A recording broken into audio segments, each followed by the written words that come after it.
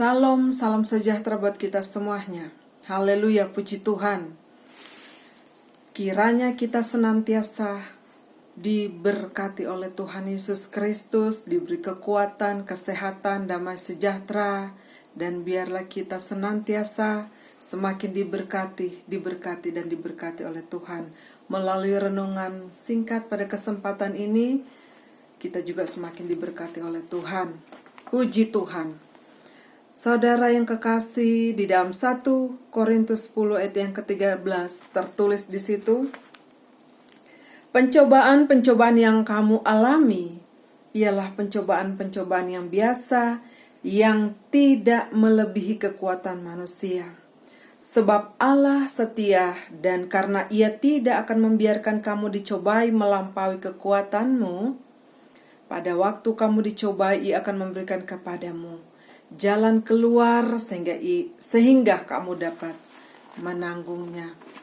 Puji nama Tuhan, haleluya. Setiap kehidupan kita, setiap manusia selalu harus dan selalu melewati yang namanya pencobaan. Itu adalah paket di dalam setiap kehidupan kita. Tetapi di sini setiap pencobaan yang kita jalani, yang kita alami, ada maksud Tuhan di dalamnya. Tuhan ingin supaya kita menjadi kuat di dalam Tuhan. Kita memahami setiap jalan yang harus kita lewati di dalam mengiring kepada Tuhan. Bahkan kita menjadi dewasa di dalam kerohanian kita. Haleluya, puji Tuhan. Tetapi tidak sedikit juga umat-umat Tuhan, orang-orang yang mengalami pencobaan dalam hidupnya, putus asa, gagal, gugur, kecewa, menjadi lemah. Tetapi kalau kita dekat dengan Tuhan, kita tahu apa yang kita alami, kita bawa kepada Tuhan. Kita tahu apa yang kita alami, apa yang kita rasakan. Bentuk pencobaan yang kita alami itu, Tuhan tahu sejauh mana kekuatan kita, dan sejauh itu juga Tuhan izinkan untuk kita alami. Haleluya. Jadi ketika kita mengalami pencobaan, ketika kita diperhadapkan dengan ujian hidup, bersyukurlah. Bersyukurlah karena kehidupan kita menjadi seru, kehidupan kita berwarna. Karena ketika kita mengalami pencobaan itu, berarti ada tingkatan di dalam kehidupan kita.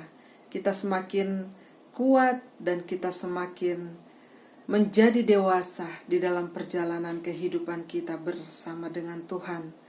Tuhan sendiri pun mengalami pencobaan. Di dalam Matius, Markus, Lukas dikatakan di situ, Tuhan pun diuji, mengalami pencobaan. Iblis sendiri yang mencobai Tuhan ketika di padang gurun.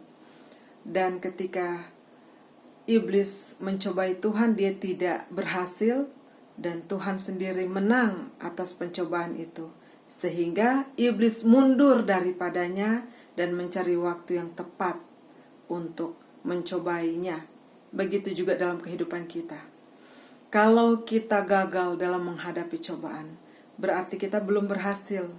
Sedangkan Tuhan sudah berhasil, asik iblis akan mencari kesempatan yang tepat. Apalagi kita, kalau kita tidak berusaha untuk menang, untuk mengalahkan setiap tantangan cobaan dalam hidup kita, kita tidak akan mengalami yang namanya naik tingkat dalam versi kerohanian kita. Oleh sebab itu, kita dekatkan diri kepada Tuhan, kita bangun hubungan semakin hari, semakin kita dekat dengan Tuhan, dan semakin kita memahami setiap kehendak-kehendak Tuhan dan rencana-rencana Tuhan di dalam setiap kehidupan kita, dan kita semakin kuat dan diberkati oleh Tuhan. Kiranya Tuhan memberkati kita melalui renungan pada kesempatan ini. Salam. Haleluya, puji Tuhan.